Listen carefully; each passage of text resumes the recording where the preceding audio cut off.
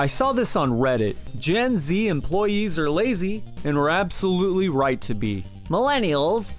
Hey, that's me. Were raised by boomer Gen X parents who genuinely believed that the statement, work hard and you'll be rewarded, was true. Because for some of them at least, it really was. For some of them it was true? Of course it was true. Hard work is its own reward. How else would anyone accomplish anything that's worthwhile ever except for hard work?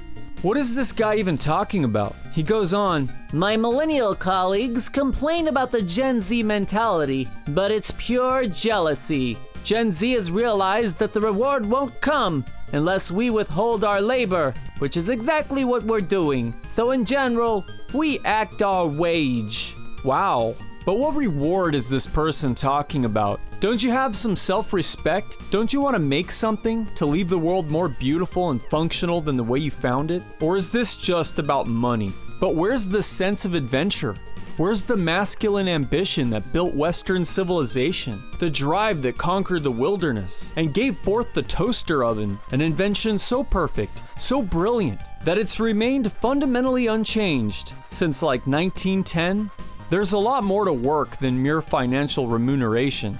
Do you really think Elon Musk wakes up in the morning because he just wants more money? No, he's a man with a vision. He wants to live with a robot wife on Mars. He wants to put computer chips in your brain and make America great again. He's not limited by crass, small-minded considerations about money.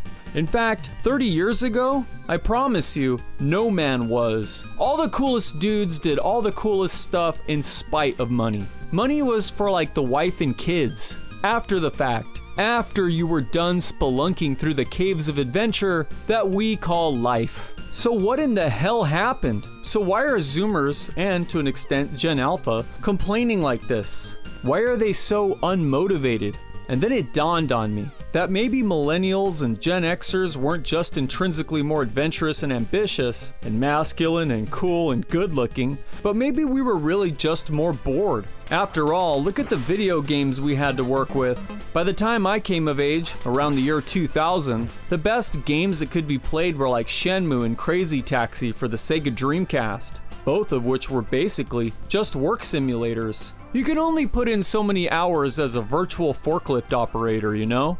But Zoomers, they grew up with freaking Breath of the Wild, Fortnite, Minecraft, and Roblox. They grew up in a cozy, never-ending virtual wonderland, hopping around all day and making annoying noises with their school friends over some online server. Of course, Zoomers weren't going to be as motivated to go out and do things when video games had reached their addictive zenith, wherein you could practically do anything from a chair. I've actually visited working replicas of Disneyland that were made entirely in Minecraft, probably by some industrious millennial. Tell me, what real-life pursuit can possibly compete with that?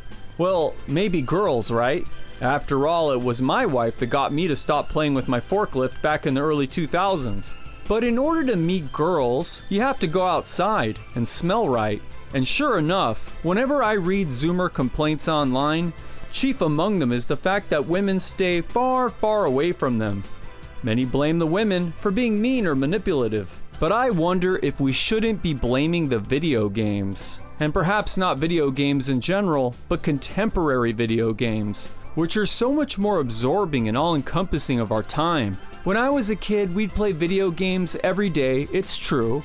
But at the same time, there was only so long that we were gonna fight over Punch-Out or Contra. Mario Brothers was only gonna be engrossing for so long, and after like an hour, we wanted to move on. To ride our bikes, to skateboard, to steal from convenience stores. So partly this was because games just weren't that fun. They were a lot harder and they offered a lot less instant gratification. But then at the same time, maybe it wasn't just the games. Maybe games were beside the point. Because the other significant difference between our generations was that we were afforded the freedom. Well, that's putting it too nicely. We were abandoned, and thus we had to make our own way in the world.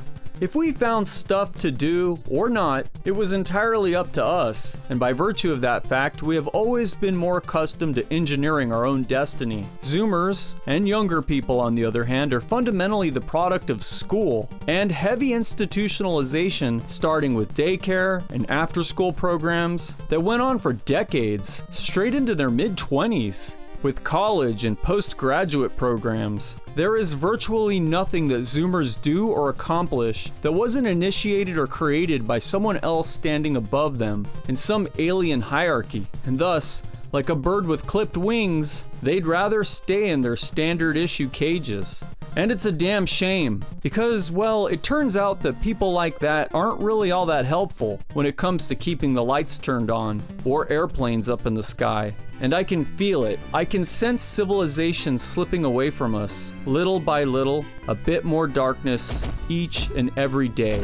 Perhaps it's time to let the animal back out of his cage. You have been watching Creative Cat Productions, Protein to the People. In the meantime, I'm going back to playing Chakan the Forever Man. Thank you very much for watching. Bye-bye now.